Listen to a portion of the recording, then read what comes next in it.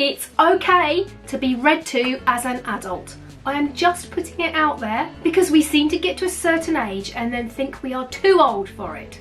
But I put this to you now. You are never too old to listen to a story. Hello, my spooky friend. My name is Jules and I am dishing out my knowledge on drawing, planning and publishing every Friday. And in this video, I am going to share a very special story with you. In fact, it was the first book that I ever had published, but it took 20 years from that story in my head to holding the book in my hands. Well, I did do some important stuff in between, like get married, start a business, raise 2 children, you know, that kind of stuff. But then, my chiropractor, that's someone who looks after joints and backs, said exactly the right thing at the right moment as I was face down on his table. He said it much more eloquently, but it was something along the lines of, "What's stopping you? Why don't you just go and do it?" It gave me the shove that I needed. And here's a little bit of background to Vincent. He is a vegetarian vampire bat who hates the sight of blood. The theme for the story is feeling a little bit different to those around you. Maybe you feel like a bit of a square peg in a round hole. So let me read this to you and let us see how the story unfolds. Vincent was a very scary vampire bat. He had teeth as long as witches' fingernails, claws as sharp as splinters, and wings like the skin of a cold gravy. But Vincent had always felt a little bit different from the others. Vincent hated the sight of blood. His mean brothers and sisters would laugh at him. They thought he was bonkers.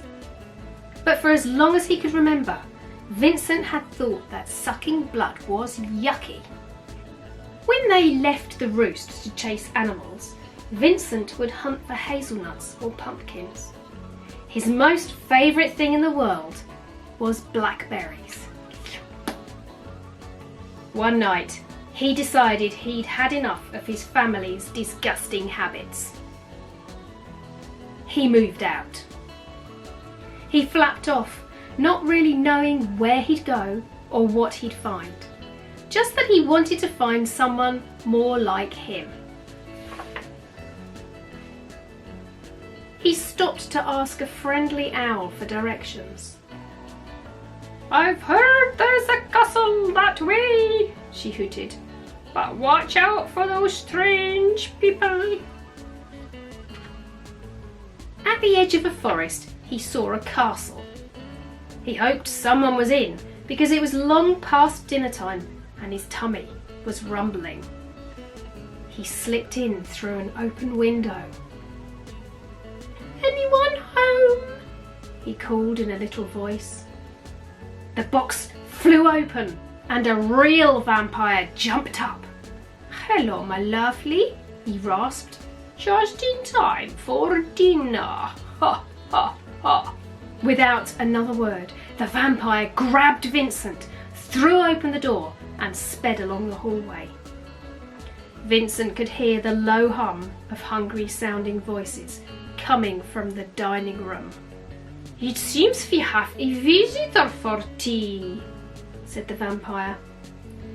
Vincent thought his goose was cooked. It seemed that small vampire bats were on the menu that night. Vincent shivered as he saw the hungry look on the vampires' faces. But then he saw the butler bring something that made him sigh with relief. A lentil bake. He had come to the right place after all. The little bat and his new friends stuffed themselves to bursting. He tried the lemon curd and pea roulade, but preferred the cheese and blackberry ratatouille. The vampire said as long as he helped with the housework, Vincent could stay. Tucked up in bed and snoring like a rhinoceros, Vincent dreamed of his favourite dinner, blackberry soup, blackberry burger and chips, followed by blackberry custard. Nighty night. Shush helicopter. I am doing the thing that I have a burning passion for and I know I had a calling for.